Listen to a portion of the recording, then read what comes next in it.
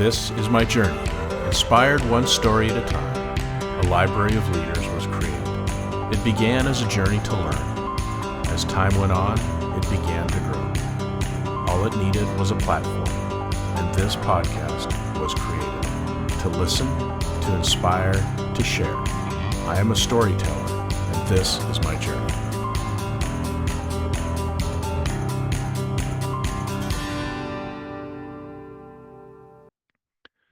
Welcome to another episode of Profiles in Leadership. I'm your host, Steve Anderson, and this episode is brought to you by Silna Health. That's S-I-L-N-A, the premium front-end RCM company that leverages technology with a team of onshore insurance experts to handle benefit checks, eligibility checks, and prior authorizations.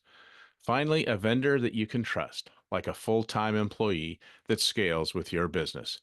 Just mention the Profiles in Leadership podcast to receive a free trial. Today's guest is Dr. Roy Rivera Jr., who is the founder and CEO of Elation Physical Therapy, an international best-selling author and a respected advocate for inclusive healthcare. His book, Shantay You Stay, a healthcare provider's guide to LGBTQ inclusive practices, provides critical insights for practitioners, further establishing him as a leader in the LGBTQ patient care. A native of the Texas Rio Grande Valley, Dr. Rivera began his academic journey at Southwestern University in Georgetown before moving to Houston in 2003 to complete a master's in physical therapy at the University of Texas Medical Branch at Galveston. He subsequently earned two doctorates, a Doctor of Physical Therapy from Rocky Mountain University in Utah, and a PhD in Health Studies from Texas Women's University in Denton, solidifying his expertise in healthcare. In 2014, after working for approximately 10 years in the Memorial Hermann Healthcare System, Dr. Rivera founded Elation Physical Therapy, a certified minority and LGBT business enterprise with 3 locations across Greater Houston, providing compassionate and affirming care. Known for pioneering the Elation Protocol, a specialized post-operative care program for gender-affirming surgeries, Dr. Rivera has positioned Elation Physical Therapy as a leader in LGBTQ healthcare. Dr. Rivera's outstanding contributions to healthcare and his commitment to inclusivity has earned him and the practice numerous prestigious awards, most recently at the 2024 American Physical Therapy Association Private Practice Section's Community Impact Award. And there are multiple other awards from the Greater Houston business community that I won't read exactly all of them, but believe me, there are quite a few. So Dr. Rivera is also deeply engaged in community service. He currently serves on the board of directors for the Greater Houston LGBTQ Chamber of Commerce, where he supports initiatives to foster growth and exclusion for the LGBTQ businesses. He has a long-standing commitment to the community of LGBTQ youth advocacy and serves on the board of directors as the treasurer at Out for Education, one of the nation's most successful LGBTQ scholarship foundations. Dr. Rivera's dedication to healthcare innovation, community involvement, and advocacy continues to shape the future of inclusive, affirming physical therapy and rehabilitative care. So, Roy, welcome to the program. It's great to have you on. Really looking forward to having our discussion today. Amazing. Thanks for having me here, Stephen. Well, it's a it's a great bio. There's a lot of stuff in there. So, other than what I read in the bio, just give us a little context. You grew up in Texas, as we heard. Tell us a little bit about how you got interested in physical therapy and how you ended up in Houston, Texas. All right. Well, it's a long story, but I won't make it. I won't make it that long. So I Okay. actually was not supposed to be a physical therapist. Okay. I was supposed to be a dentist. Surprisingly, I had ambitions of going to dental school, and my whole high school career, and then I got to college, and I went the route, of dentistry, pre-dental route. And I founded our pre-dental society at our university, at Southwestern University. There was no pre-dental society there until I got there. So I founded that. Wow. Yeah, so and then I mean, as luck would have it, in order to apply to dental school, just the way we apply to PT school, you have to do volunteer hours. You have to, go to a dentist office, sit with them, intern. And I sat in with an orthodontist, and it took maybe a week, and I said, I don't want to do this. Oh my So gosh. yeah, so It's I'm so grateful. interesting your story because I have a very similar one. I went to college to be a dentist, and I did the same thing. I got set up with a dentist to shadow him and spend a day with him, and I came home and basically said the same thing. Yep, I exactly. like the healthcare profession, but I don't think I want to be looking down people's throats all day long, and so I switched gears too. 100%. So similar story. So continue on. Yeah, no, 100%. So at the time, this was already well into my junior year, late into my junior year. So I had a year and, there was the panic, right? What am I going to do? Where am I going? What am I doing with my life? Yeah. So my roommate at the time, right, was local to Georgetown. So, he lived on campus, but his whole family was local. And he said, why don't you come with me? My brother is going to PT, you know. And I was like, oh, okay, I'll come with you. He's like, yeah, just come check it out, see what it's about. So I went and I sat in on his little brother's PT session, and I said, oh my God, what is this? Yeah. I had no idea what a PT was. I'll be very honest with you. I didn't know what physical therapy was, and I was what, 20 at the time. Yeah. So, I just never was exposed to it. So I went in, I sat I sat in on the session. It was outpatient orthopedics. And I said, wow, this is exactly what I want to do. Exactly what, and I volunteered, I got all my hours. I already had the prereqs, for PT school. Right. So, I applied and off I went. I went to Galveston, and I mean, I wouldn't have done it any other way. It's it's It's it's an amazing school. Yeah, it's an amazing yeah. school, an amazing place. And I mean, I stayed local to Texas, so yeah, that's kind of the route that I went. Awesome. So then Yeah, you went and worked in a hospital system when you got out of school. Is that correct? I did. I worked in a hospital system, and I graduated when it was the very tail end of the masters, like they were on their way out. Yeah. And I said, no, there's no way I can't get left behind. I've done all this schooling, and I said, there's no way I'm going to do it. So I applied to the transitional program at Oh, Rocky Mountain. And sure. I got into the transitional program, and I finished my DPT there. And I practiced in Houston. I contracted all over the place. I mean, I was in all kinds of settings in the very beginning. I was in acute care, I was in SNFs, I was in outpatient ortho settings, I did a little home health. I didn't know where I wanted to eventually land. Yeah. Um, but yeah, so eventually I ended up in the Memorial Hermann healthcare system, which is the largest healthcare system here in Houston. Um, Okay. and I bounced around and I did a bunch of stuff there. And I got my PhD in the interim, because, lo and behold, in my brain, somewhere in my mind, I was going to be a professor. I said, I'm going to go into academics. I'm going to go into academia. So I got my PhD, and I did teach a little bit here and there. And I said, you know what?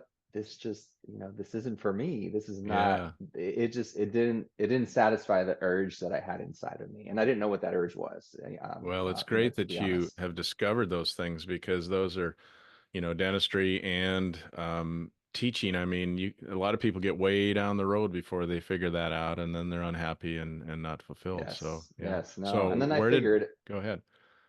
no, I said I figured at some point in time, I could, if I ever went into retirement or needed something to do, kind of low key on the side, I could always, jump in and be a guest lecturer here and there. So, I mean, it wasn't completely to waste. And the Yeah. PhD wasn't in physical therapy as well. So, I thought about getting a PhD in physical therapy, but I said, if I have to sit through another MSK class, I'm going to scream. Yeah. So, so I went So, another yeah. route. I went the Okay. community health route. So, Okay. yeah, So then when did the private practice bug hit you? What got you going there? that's a good story. So I told the story at PPS, and Yeah. so actually, it was a blessing in disguise. So I sat down. This was about 2012. I sat Yep. down with my my hospital director at the time. And it was the yearly review, and at that time I had already, I'd been through school, I had my master's, I had my DPT, and I had my PhD. So I was kind of at the top of my game, and I was young, I was 31 at the time. So I sat down with this guy, and he's like, look, he's like, you have climbed the ladder as much as it's going to climb. You're the highest level in the acute care hospital you can be. Hmm. And I said, okay. And he said, so don't ask for a raise, right? For a very, very, very long time. Right. You hit the Uh, ceiling. it- uh, Yeah. and then he said, and this was the catalyst. And then he said to me, and I don't think you're management material. So, we're not gonna, Oh. so we're not gonna explore that route, the administrative route. And it hit me like a ton of bricks. At the time, I was really, really upset. I'm not gonna lie to you, Stephen. I was No, I upset. can only imagine. Yeah. But you know what? Looking back, that was the kick in the to get out of the nest and actually Yeah. do what I'm doing now. So, I cashed in my retirement. It was a small retirement check at the time, and I left the practice. I left the hospital, and I opened up my own practice. I said I can do this on my own. I can be my own practitioner. I can own a business. I can do this, and I was flying blind, man. I'm not gonna lie to Yeah. you. I was flying. If I knew then what I know now, I would be, Yeah. even bigger than I am now. But It's yeah, a it's yeah, it's a it's a lot of common trial and story. error. It's a Common lot of story. trial, yeah, a lot of trial and error. But that's what happened. Okay. That was the catalyst. So. And did you start out with this specific niche that you've just become known for, or was it more of a general practice when you first started? It was a general ortho practice. It was a general Okay. ortho practice, all sports medicine stuff. And I noticed that, I had a lot of patients who were in the community who were LGBTQ plus, and I was starting to notice they had certain orthopedic issues, and conditions that not everybody else had. Uh-huh. So there was something happening with this, I guess this community, and it wasn't being tapped into. And ultimately, what happened was I had a patient, that was in transition, okay, F to M, right, Yeah. female to male. And he said to me, he's like, "Hey, Dr. Roy," he was all excited. And he's like, "Hey, Dr. Roy, I'm going next week. I believe Denver is where he was going, but he said, I'm having my gender affirming, operation, my surgery. I'm having my bottom surgery." And I said, "Okay, where are we going with this?" And then he said, Yeah, yeah. "What can I do after my surgery? Can I go to the gym? Can I still do legs? Can I carry my kids? Can I work in the yard? Things like that." And I said, "You know what? I don't know. I Yeah. just don't know. Not something you learned in school, probably. Not Yeah. something we learned in school." So, being the researcher that I am, I jumped onto PubMed, I jumped onto the NIH, I went onto all the databases that I had access to. Uh, and lo and behold, what do you think I found? N- Nothing, Nothing. nothing, Nothing. zero, Yeah. zero, nothing exists. All of the research, or a majority of, I'd venture to say 90, percent of the research out there on the LGBTQ plus community, it all centers around attitudes towards the community, or the way that we provide culturally competent care, and which is great. It's a foundation, it's a good starting point, but medically, nothing exists for us to dig into, to get our hands on. And that's when I said, well, we're going to do this on our own then. So Yeah. we started doing, mini case studies with our own patient populations. And we started to, we gathered some data from other protocols that were, like-minded, that kind of, they were in the same realms. And we started to put pieces together. And that's kind of how we founded our internal Elation protocols. So, That's that's, amazing. yeah, that's kind of what we've been doing. So, I mean, it's a and perfect and then we got known for that. And yeah, entrepreneur type of approach, in the sense that you were in the community, you saw something that wasn't being done, you thought you could yeah, do it better, and you just went for it. So you saw the yeah, opportunity and seized it. So yeah, it's impressive. yeah. Okay, so so tell me, okay, so you start with one person basically, and And now, what does your practice look like? Is it specifically with that population, or is it a mix with your orthopedic patients as well? Mm. No, it's a general outpatient ortho practice. I mean, we do Okay. anything an outpatient, ortho practice would do, ACL repairs, all that fun stuff, low back pain, neck pain, all that fun stuff. But, our niche is LGBTQ plus medicine. So, and, we're about 1 in 3 of our patient population identifies as part of the community. Okay.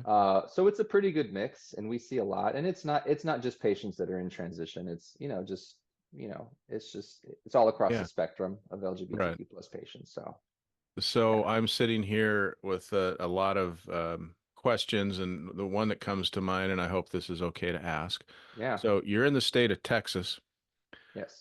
which can tend to be a pretty conservative state. So how does the patient population of the orthopedic people with the specific community intermix, is Yeah. there tension there, or do people just go with the flow? So I tell people I live in Houston. I don't live in Texas. Right. Well, Houston is It's like a the most very, yes, diverse it city in the is. nation, I think. Yeah. Yes, it is. It is. We have a Uh, lot of diversity. We have the largest medical, establishments in the world. Our medical, community here.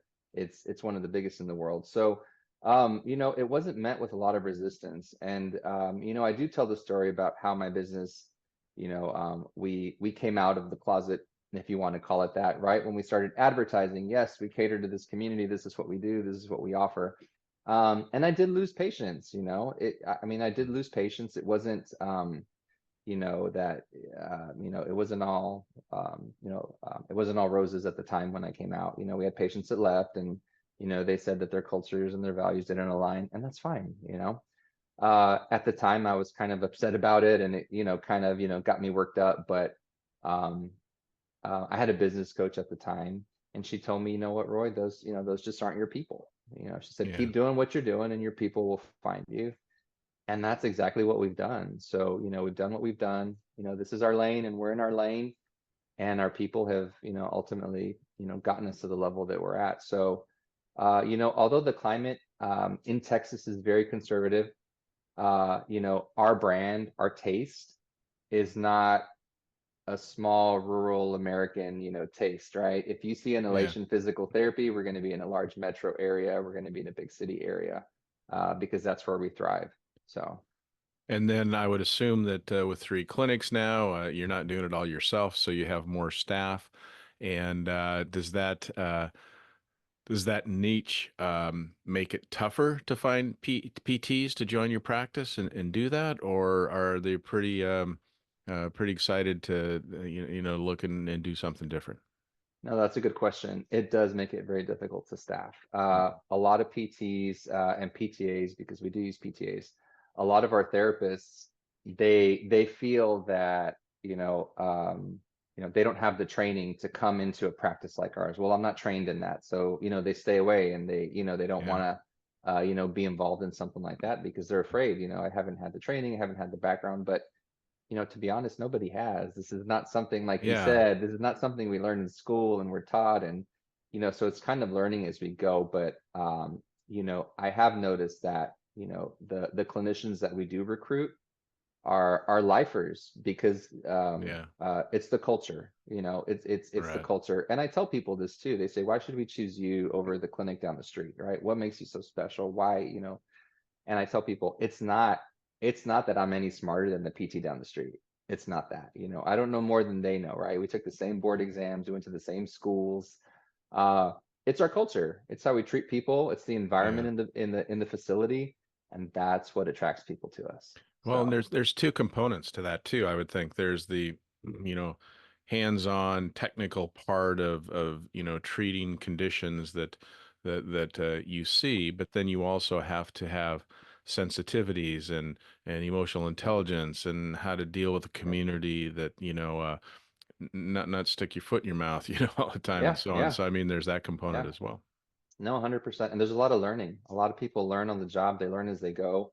And, I'd even go so far as to say our facility, our practice has become a safe haven for even our employees, I've had employees in the past, that they join the practice, whether they're administrative or on the back end of the house, right? But I've had employees that actually join and then they come out of the closet as they're Uh, in the practice, as their employees. I had one employee who was having a hard time. And then I said, what's going on? And we talked about it. And so it's kind of it's a yeah. space, it's a community we've built. And it's nice to have that and, mix that with what we do on the daily for PT. So it's a good Yeah. combination. So do most of those patients from that demographic is it marketing that gets them, or is it referrals from people that have come in and say, hey, this is a great place and we're treated well, and is it kind of, you know, uh, patient stories that get that? Yeah. Yeah, tell Yeah, us, it's a little bit of both. It's a little bit of okay. both, but honestly, it's about us putting our roots into the community, right? It's us Yeah, going out to community events, that there are LGBTQ plus individuals, and to say, hey, this is available to you if you happen to need it. And a lot of them don't even know that these things are available to them. They're like, oh, I yeah, can see you before I have my surgeries, or I can work on this, or I can recover from this after. And a lot of them don't know about it. So, it was our mission primarily, in the beginning, to talk to those physicians that were LGBTQ plus affirming, right? Because there are physicians in the city that's all they see, that's all they do. yeah. So we got in good with them. And then after them, we started to, just by word of mouth, getting out there in the community, like I said. I'm on a few boards, I'm very active in the community. Um, you know, uh, I encourage my employees to be active in the community as well, our team, to come out to events. So, it's just about getting out there. It's hard to exist in a vacuum and just say, we're going to market and do Google ads, right? It, Right. it's like it's one piece of a larger puzzle, but I think where we've had our real success is actually putting our roots in the community. And so tell me what have you learned in treating that population that you don't think maybe you would Yeah, have caught without treating those specific type of patients? yeah, that's a really good question. I'm glad you asked it. I think one thing I've learned is that they, you know, are very often ashamed of admitting some of their aches and pains and things they're dealing with on a daily. So they go through life in pain, when it's unnecessary. It's Mm. unnecessary to be in pain in these capacities. I'll give you one example. I had a patient who, was F to M as well, right? And they undergo a procedure called, they bind, right? They bind their chest down so that their chest appears flat, right? Uh-huh. And they came to me, and it was just an ACE wrap. They had an ACE wrap and they put it around their body. I mean, really, really, really tight, right? And it was to the point that their ribs, they had rib pain. Yeah. Um, and it was just Yeah. ridiculous. I'm like, why are we going through, life like this? There's another solution to this, right? So we looked up compression garments, and we started to do some things, that were a lot easier, than what they were doing at home. So, they have a lot of aches and pains that go unnoticed, and they don't talk about them, right? Because they're ashamed, right? So, our job is to bring down, that kind of wall of shame and say, hey, it's okay to talk about these issues, right? This place is an okay place to be vulnerable.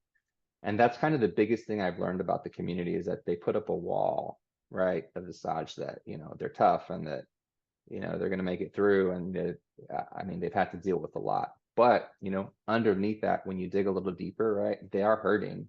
And they're all conditions that we can treat. So it makes it silly for them to sit there in pain, on a daily when they don't have to. Yeah. Yeah, that's crazy. So with your PhD and your schooling and like you said, you tried to do research, but there was none. In the bio, we talked about you wrote a book. So what are you doing in the community or the PT world to bring this stuff forward and say this is how we treat these people?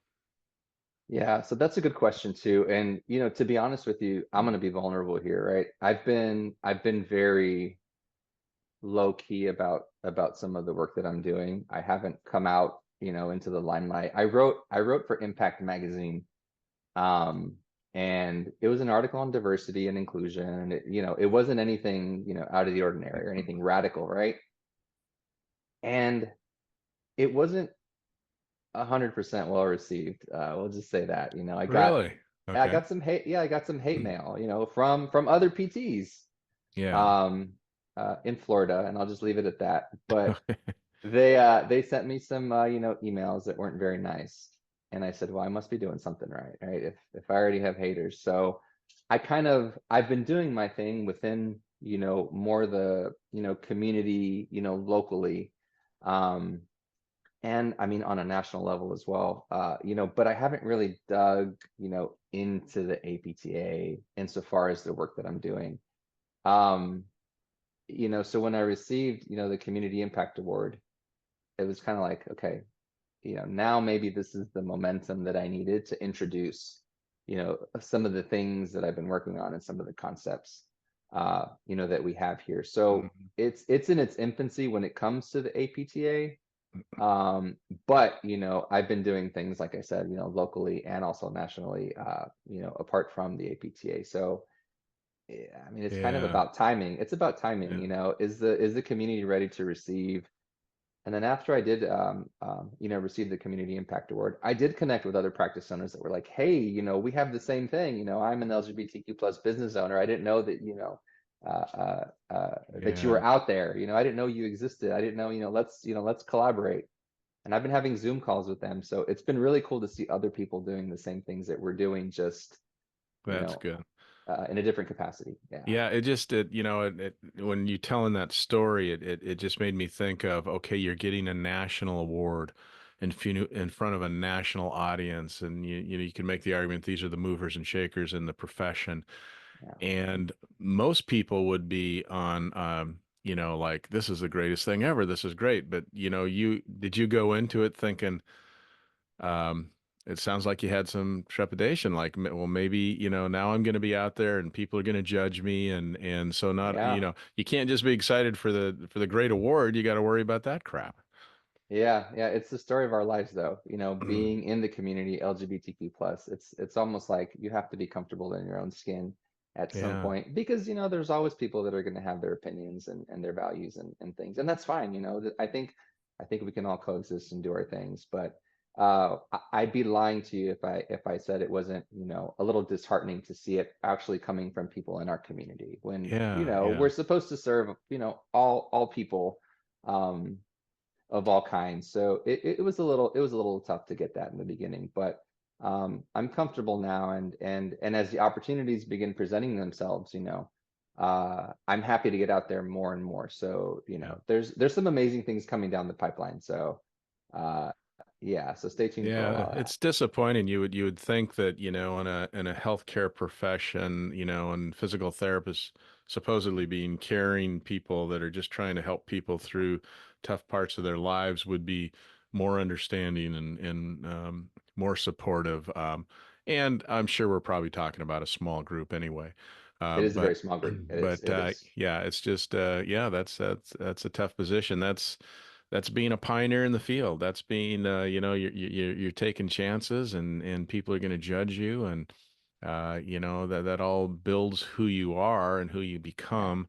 But I'm sure it's not always easy. Yeah, yeah. And also, I am starting to take a more of a, I figured my job, and I've gone back and forth with this, Stephen, to be honest. I'm like, okay, what is my purpose, right? I'm doing all this with this community. I have a cool business that I built. Okay, now what? What am I doing with this? Am I sitting here and just enjoying it, kind of writing it out the next, couple of years, or what? Um, and I could publish, I could publish, some of these protocols. I could put, some of this out there, and I intend to, but that's not the immediate priority. My job right now is like I'm on a giant awareness campaign. That's Yeah. that's the way I look at it, right? I'm bringing awareness to an issue that we know is there, but nobody's really, getting it head on, attacking it head on. So at the time right now, at this moment, I see my mission as more, of an awareness thing. as opposed to, conducting research and, kind of being in the background. So, that's kind of what I've started to do uh, after this, I guess the award platform that I got. So, Yeah, yeah. yeah, Again, it's a unique story and it's a unique I mean, you're not the only person doing it, but on the other no, hand, yeah, if you were killing it in Houston in private practice, you would probably say, well, let's put in some more clinics and maybe let's, yeah, get on a growth mode and maybe we build this company, yeah. bigger. So Yeah. is that what you're thinking too, or are you just more focused on just treating Uh, whatever that community needs? yeah, well, I franchised. I didn't say it Okay. because we're small, we're a new franchise. Uh, so that's a whole other business in itself, right? I have Okay. one franchise, I mean, I've got one franchisee, right? She's a new franchisee, been open a year, and she's killing it. So I'm starting to look at other communities here within Texas. I've got my eyes on Austin. We're probably headed to Austin next, but Okay. it's like I told you, at the end of the day, it's not like we're not everybody's, thing or flavor, and that's cool, right? But so we're exploring the metro territories. Uh, but Austin is a very diverse community here in Texas, as you Yeah. probably know. So Right. I think our culture would do really, really well there. It's just a matter of now getting my name out there and saying, hey, this is what we have to offer. This is what, we put in place. And looking for those PTs, that are interested in this kind of niche, because like I said, it's not for everybody, and that's fine. But when you locate those people, they're usually diehards because that's who they are. It's what makes them up. So So by saying that, would you say that probably most of the people that go into that will be part of that community? I would assume so, Yeah. or Okay. be allies, because a lot of the stuff that we do within the practice, right, is geared towards that community. A lot of Right, the a right. lot of the community events that we go to, right, we kind of put roots into those communities, and we have networks all over the state. So, it's sort of, we want to ride on the momentum that we've actually built over the last couple of years. Yeah. So, If you wouldn't mind, can we go into the franchise thing a little bit? Because yeah, yeah, again, definitely. I think that is more of a unique thing in physical therapy. I've been around a Yeah, long time, and there's people that like the company I came from, we had a shared ownership model. So it wasn't a franchise, but when you came into yeah, the company and you ran a clinic, you had ownership, and so it was that kind of thing. And I've heard for years and years and years and years people say, well, franchise, we should franchise, but I'm not really sure I know anyone who does that. So again, I think this is maybe unique a little bit to our physical therapy community. So if you wouldn't yeah. mind, just tell us how it works. Say that I want to work with you. How do I become a franchisee? Yeah, so how to become a franchisee? So, there's a lot of competition out there, and I mean, we're the new kid on the block, right? So when it comes to a new franchise, right? You pay an initial franchise monetary amount, to be part Right. of the franchise. So that's your initial fee. Right. Um, and then every month after that, you pay a percentage of the revenue that you collect, right? Of the monies that you collect. Okay. And every franchise has a different percentage. Right. In that aspect. But what's given to you are all the resources, that are needed to actually open up a practice, right? So you kind of absorb our contracts, right? So, you don't have to worry about contracting. We help you get through all the contracting and things like that. Down to, this is going to be the wall color, you don't have to think about paint colors or anything like that. So, I mean, literally everything is all drawn out for you. It's just a monetary investment. And the reason I went down that route is because every time I opened up a new practice, I'm like, okay, that's another 500,000 in the hole, because I do it right, right? When I do a practice, I mean, you should see our Yeah. facilities. They're amazing. But I do it and I do it right. And I'm like, I don't have, the capital to be opening, all these practices all over the city, right? And I said, how am I going to do this? How am I going to grow my brand, the awareness, the culture, I mean, but I don't have the capacity myself. Yeah. And in the small business world, the answer is it's going to be other people's money or other people's investments, right? So you get Right. somebody else to invest and be accountable for their facility. So it is not our facility. It is owned by them. Yeah. They're just using our mask. They have our mask on. So, and it's a lot of engagement with them, being there, all the time, being at their facilities, helping them through problems. We have a team on the back end that when they're troubleshooting through something, I mean, it's us, right? So it's a whole other job, Stephen, to be, Oh, I can. Yeah, for it's sure. it's a whole other job. So, there's a lot of things going on this side, and I opened one franchise and I put a pause on that and I said, we're not going to sell anymore. We're not going to advertise. Let's make sure this one gets off the ground. She does well, and she succeeds. And then we have this model, right? And that's the reason you haven't seen me like, in the magazines or like an advertisement on Impact or anything like that. But it is coming. It's just, we wanted to slowly dip our toe into it and then kind of, slow roll out. Right. So, So how did you know? I mean, that's a pretty sophisticated business setup. So how did you know how to do a franchise? How did you know how to set it up and yeah. legally and organizationally? You must have gone to somebody to help you do that. No, of course I did. I went to a consulting firm, a franchise creator. I'll give them a plug. I went to them and they helped me set up my franchise from A to Z, right? Everything from, these are your operations manuals all the way down to, creating my franchise agreement, right? With an attorney. So they're Yeah. it's a one-stop shop. You can piecemeal it together, if you know people in the community that, do this, particular type of law or whatnot. But I went to one place where they could do everything for me. And I paid for that. It was like a bundled package. I paid, to create a franchise. And that's kind of what we did. So, I did have help. I did have somebody holding my hand the whole way because, like I said, it's a whole other business model. And, Yeah, there's a lot of legal involved. So you need a really, really good attorney.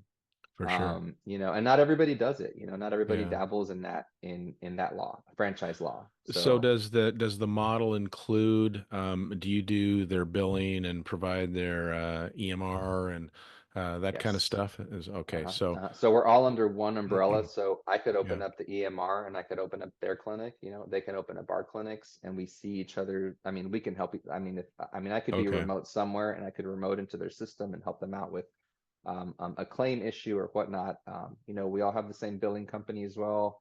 Our bookkeepers are the same, our accountants are the same. So we keep Yeah. everything under one house so that, we can look uh, at each other and see exactly what's going on internally. Because that's the whole point of the franchise, right? Right. It's a Right. system and it's already in place for you. It's just you have to insert yourself into it and Yeah. and off you go. So there's a little bit of a buzz right now in the private practice PT world with MSOs, which stands for Management Services Organization, which you would join that organization and have, your billing done and some help, like you say, with accounting and things like that and Yeah, EHR or yeah. EMR. Um, so so what's the difference between, did you look into an MSO model or did you just go right to the franchise? And maybe what's the difference from your perspective of an MSO versus a franchise? Yeah, I didn't really look into an MSO, if I'm being completely honest with you. I have heard of them, I have seen them around. I felt like I wouldn't ultimately have the control that I have, Okay. Yeah. with my system that I have now. If I say, this bookkeeper is not doing well, we're going with this company, right? We're Xing them, and let's bring this new one in. Yeah. And I did that because a lot of our vendors, if you want to call them, are within the small business community. So I've kind of assembled a team, and I always do business with small business owners when I can, right? Because I appreciate the hustle and I know what it takes. Yeah. So I put my systems together in place so that I have my own community and my own people in the background. And that's kind of the difference, I think, between the two. It's one of the bigger differences because with an MSO, it's already an established, kind of Right. Right. so that's kind of why I went that Okay. way because I wanted more control. At the Yeah, end of the sure. day.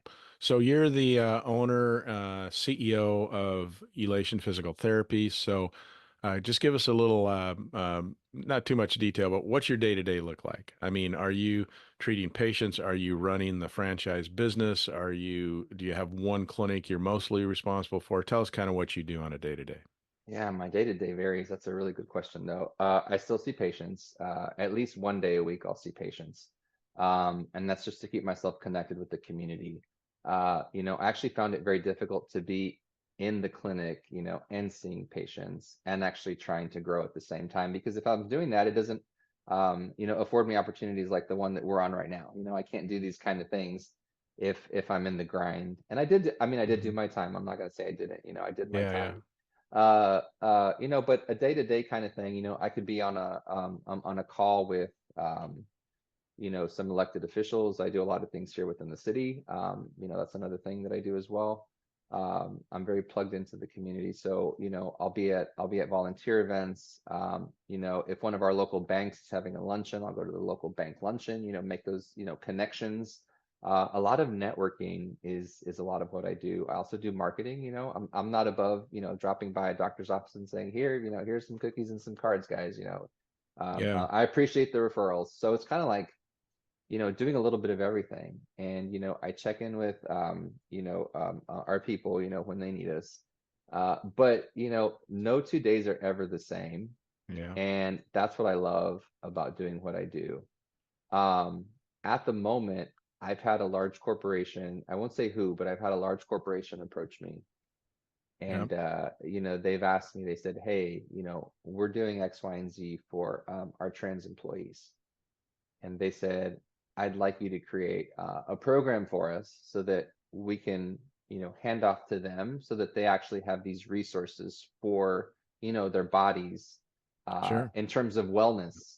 And I mean, this is a very large corporation in the U.S. So, I might be a consultant coming up in the Yeah. next couple of weeks here. So there's Mhm. like a lot of That's things happening behind the scenes that I've like my eyes have opened up to, my clinic is amazing. I love my practice. I love what I do. I'll never say anything otherwise, but it's a means to do more. And for that's kind sure. of what I'm Yeah, using my clinic as. My mindset's kind of, not the way it was 5 years ago. I thought I was yeah, going to live. I mean, I thought I was going to live and die and have, X number of clinics, and that was my world. But I've been seeing a lot of other things, and a lot of other yeah, doors are opening. So yeah, I mean my day-to-day is never the yeah. same, Well, good ever. for you. So how long have you been at this in the private practice then? Because my next question after you answer that is, you've gotten some pretty good recognition. I mean, like I said, I didn't read all the awards that you've Yeah. received, but there are multiple awards. And, you know, when I look at other private practices in physical therapy, I don't see people that have that many awards in their community and so on. So, tell us how long you've been at it and why are you getting that recognition? Do you think, it's impressive? So this November in a couple of days is year 10 of being Okay. in private practice. All So right. year 10 and 3 clinics. Um, and actually next year is going to be 20 years of me actually being a PT. That's so odd to say that. But yeah, Yeah. You're next getting year into will be that big mid-career thing now, right? it's Yeah, crazy. Yeah, next year will be 20 years. So yeah, that's kind of that's how long we've been in it. And in terms of the recognitions and the awards, a lot of them are within the business community. I know you didn't say it, but I was the SBA Business Person of the Year in our district here in Houston. awesome. And that's just because, it all goes back to community, like I said. I'm coming out there and I'm letting people know, hey, this is a service that is not very well known, but we do offer it. So I think it's the innovation of what we're doing that is actually attracting people to us. It's innovative, it's inclusive, and I think a lot of people are looking for that, or they want that now, or it's not something that they actually are familiar with. So it's the newness of it all, um, and I think that's kind of what attracts a lot of people to us. Yeah, So I yeah. think I think that I think that's what's going on, and also the community that we serve. It's an underserved population, it's an underserved community. It kind of lends itself to a lot of the things that we do. So. So let's talk about the name Elation. So how did you come to that, and what does that mean to you? So elation, I mean, just by definition is, I mean, it means very happy, or I mean, and that's who we are. I mean, we're happy, and actually our protocol is the Elation protocol. It stands for enhancing life after transition, including ongoing nurturing. So it kind of lent itself to what we're doing. Yeah. But yeah, I mean, our place is very happy. It's very upbeat, and I wanted, our patients to have that kind of aura about them when they come in, that they know it's not, so and so physical therapy, or like a lot of these clinics. And I mean, I Yeah. hired a branding coach actually, and the branding coach went through, I mean, a ton of names, right? I believe Elation was like name number 8 that they presented to me, out of like maybe 20. And when Yeah. that name came up on the screen on the Zoom call, that name came up, I said, that one. That's it. Wow. And That's she great. said, wait. She said, wait, I got to go through the program. I got to get through the whole. And I said, no, I was like, I don't need to see anything else. I was like, There I you go. said, that's the one, that's us. So that's how Yeah. we kind of got our name. It's just by definition, That's happiness. that's great. Now, do you and your practitioners also work? Is there a mental health side to this too? With counseling and people, working through those issues, and is that part of the program? And do you collaborate with them at times? Yeah, so we're plugged into mental health experts in the area. It's not something we offer in-house or a service that we have that's unique to us. But we have other providers, locally that are affirming. And if we identify or notice they need, help in some area, that's where we make the referral. So that's kind of how we handle the mental health aspect of it. Um, and for the most part, it's, our program is comprehensive. I mean, we focus on the body, of course, but the mind is also a component. Mhm. And also nutrition is a component. So we have other people that we rely on for those expertise. I'd love to have somebody like that in-house at some point. I'll be honest with you, I don't know what it looks like in terms of, the business model, or if I can even manage another practitioner in another realm like that. But it is something we've looked into. But as for now, our partnerships with some of our local mental health providers, is that's primarily what we do. So Yeah, yeah. yeah, So now, a lot of private practices at this stage would say, okay, I've done this. I've got to a certain level. I'm going crazy. I'm working like a crazy person, yeah, but I still want to grow. And so money is always a factor. So, they might wow. look at private equity, or they might look at other, ways to raise that money. Have you started thinking that way? Are you looking into that, or are you still just funding it out of what you're doing now? Yeah, no, I haven't looked at that, to be honest with you. I'd like to see first in what direction I want to grow ultimately. Like I said, I've had a lot of opportunities come my way, and I'm not sure which, route is the best route for me to take. Hmm. In terms of everything that I've done, building my practice, it's all been through the SBA. It's all been SBA loans. I mean, of course, it's been my injection as well, from what I have, my Sure. personal funds, my retirement, things like that when I first started. But, everything I've done has been on the backbone of the SBA, and those loans. So, that's kind of how I was able to, get my practice to the level that it is. And Okay. that's why I mean, I have a fast route for, my other, if anybody wants to open up a franchise, I have a Yeah. I have a route in the SBA, so that they're, it's already vetted. It's a vetted route. So, it's a good option. It's the interest rates are affordable for the most part. So, I mean, when you compare it to a large bank. Yeah. So, that's kind of the route that I've taken. I have a really hard time, if I'm being honest, I have a really hard time relinquishing any sort of control in that aspect Yeah. when it comes to like, okay, now you own X percentage of the business.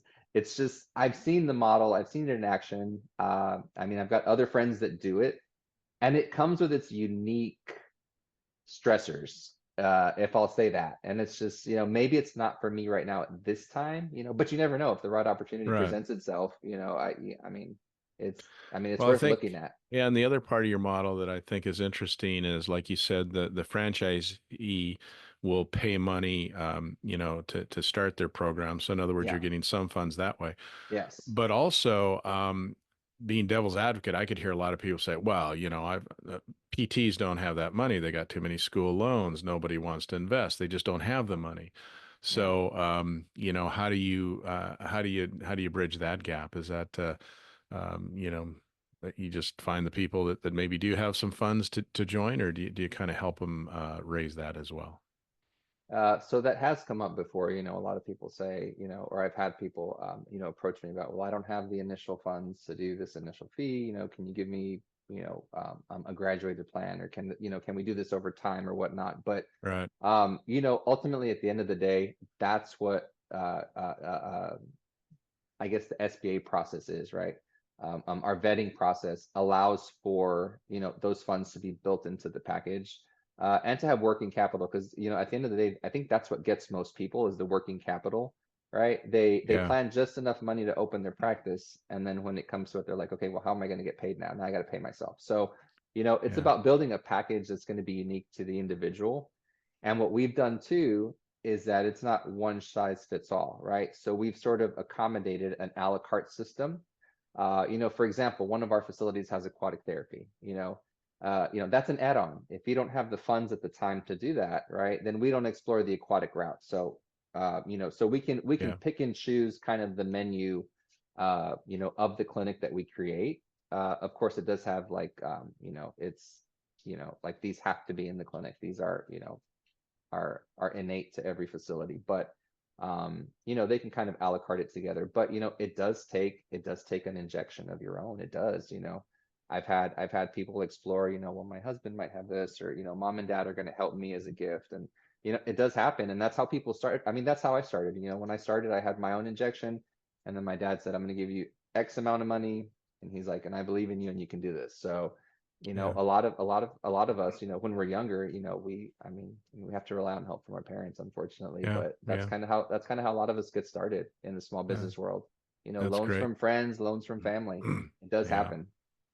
Yeah. You mentioned it earlier, and an executive coach myself, you said you had a coach. So I'm intrigued on why you felt you needed that, and it sounded like it was early in your career. Not everybody does that. So why did you make that decision? Yeah, it was very early on in my career. I did have a business coach at the time because I didn't know what it was going to take to get to the next level. I knew I wanted to grow. I knew what my pain points were. I'm hurting in this area. I didn't have a community of other business owners I could tap into and say, hey, help me out with this. I'm having problems. I've been through a lot of biz dev courses, a lot of business development programs. I'm in one right now. It's called Yeah. SBA Thrive. It's called Okay. SBA Thrive. I'm at the very end of it. It's about an 8-month program. It ends in December. But no, I thought it was necessary to have somebody on the outside be giving me advice about my practice, because I talk to my friends, I talk to my family, but they're not in it. They don't understand kind of, the nuances Sure. of owning a private practice. So I sought out a business coach, um, and I paid until I was like, this is a little bit, out of my budget for, Yeah, it's a a stretch. small, Yeah. yeah, it's Yeah. a stretch. It's a stretch. I was paying a good amount at the time. And then as I started to evolve, I got into these business development courses, and I met other like-minded people. I met Right. other small business owners. So now we have our own CEO roundtables, and we meet once a month, and we stay in touch. And so even though you're not in the same industry as other small business owners, a lot of our pain points are the same. They really are. Yeah, they really are. And Yeah. and we can help each other through a lot of those issues. So now, I did pay for it up front, and I'm glad I did it, right? I'm glad I did it. Yeah.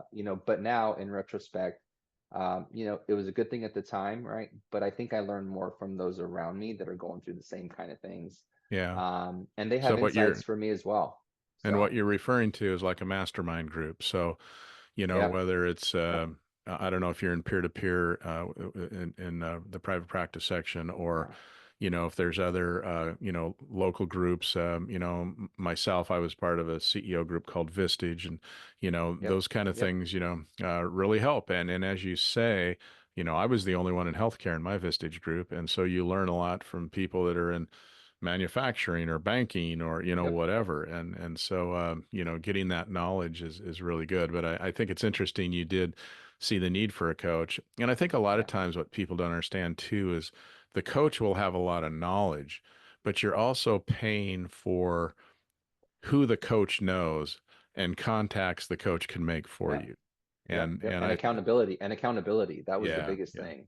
That was the yeah. biggest thing. You know, I was paying to be held accountable to, okay, we talked about this. All right, when are we going to implement this? Let's put a date on this. I'm going to check in with you every 2 days. And it's kind of like, now I'm actually accountable to somebody that's, not me or my staff. So it's a different ball game when you're dealing with the coach. And I mean, you must have had a lot of money, Stephen, to be with the Vistage group. I've looked into that group, and I'm like, oh, Yeah. maybe we can put this in Well, Google Ads. We'll put this well, money in Google if Ads. you want the true story, I was chosen to be the CEO of a pretty large physical therapy group in the Pacific Northwest, Okay, very young. And to be honest with you, I did not have a lot of business experience except for running my clinic and then being on the board of directors. And okay, so it was more like, oh my gosh, here's a guy who's going to be our CEO, and I was worried, they were worried, so it's like, what can we do? So they were more than willing to pay for my Vistage fees, but yes, gotcha. it is expensive. But Yeah, I wouldn't make and I say this too. Again, it sounds a little self-serving being a coach, but those dollars invested really are a really good ROI because yeah, you yeah, learn so much and you accelerate the learning process. And yeah, you can do it just by being in the ditch and trial and error and whatever. yeah, But if you can accelerate that some way, and learn from others and the mistakes they've made, and they can help you, you can just hopefully get to a level of competence faster. So, yeah, yeah. No, you're right. You're right. And I'm at a point now to where I'm actually thinking, okay, I don't.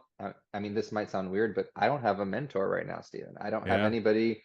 I don't have anybody I can call that I consider a mentor. A lot of those around me, they're my peers, people that I'm in these sure, roundtable groups sure. with. But and that's the thing. It's like, okay, I need a mentor who does X, Y, and Z and sees the vision of, X, Y, and Z. Yeah, And I haven't been able to locate that person yet. But yeah, it's yeah, I mean, I'm not above a business coach. I'm not above, finding a mentor.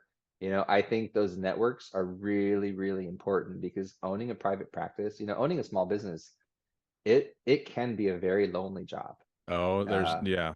They always say it's lonely at the top, and that's yeah, exactly true. So, yeah, 100%. yeah. And I know, Yeah, in doing this podcast, I've talked to a lot of people who are very high level executives running big companies and millions and millions of dollars, and they still have coaches. It yeah, doesn't just mean you do it at the no, beginning. They like you say, it's lonely at the top, and you need someone you can trust and really get vulnerable with, for sure. So yeah, no, definitely, definitely. yeah. And like I said, there's a lot of exciting things coming up. I wanted to share something with you too that I'm Yes. gonna. It's towards the end of our time. I know that, so I'm gonna leave you with a Yeah. little cliffhanger. A little Perfect. cliffhanger here Please do. myself. And I didn't sign an NDA, so I'm okay to say this, but Okay. um, I'm actually going to be on a reality show Really? as a business owner. So I'm gonna bring PT and kind of the niche things that we're doing to America, to the community. That's awesome. So it's exciting, and it's opportunities like those that I say, I feel like my job right now, my purpose is I'm on an awareness campaign, Yeah. and I want to make people aware of, that there's a need for, LGBTQ plus rehabilitation. It's a thing. Yeah. It might not have been a thing in the past, but it is a thing, and I'm making it a thing, and we're gonna come full circle with this at some point. But I appreciate the time, Yeah. on here with you. Yeah. It's been a good conversation. I appreciate the questions and things like that. Yeah. But I'll keep you in the loop as to when all that's going to air. But it should be exciting. These are exciting times. So Wow, that's really exciting. I can't wait to yeah, hear and see it. yeah, So, yeah. well, Roy, at this time in the interview, I always ask my guests the same common question. And that question is, in relation to leadership, what is a pearl of wisdom that you could leave us with today? Oh, pearl of wisdom, relationships to leadership. This might sound cliche, right? But it takes a village. That and Mm, that is the truth. Don't ever, at the top, at the bottom, I mean, wherever you are, it's important that you surround yourself with community, that you surround yourself with like-minded people, to help you get from, point A to point B. You don't have to do it alone, right? I mean, it's like there's a wealth of resources out there you just have to tap into. And that's kind of, was my downfall at the beginning when I started. I felt like I was the only one. I was alone. I was in this by myself. I can do this. This is my practice. I have to do this.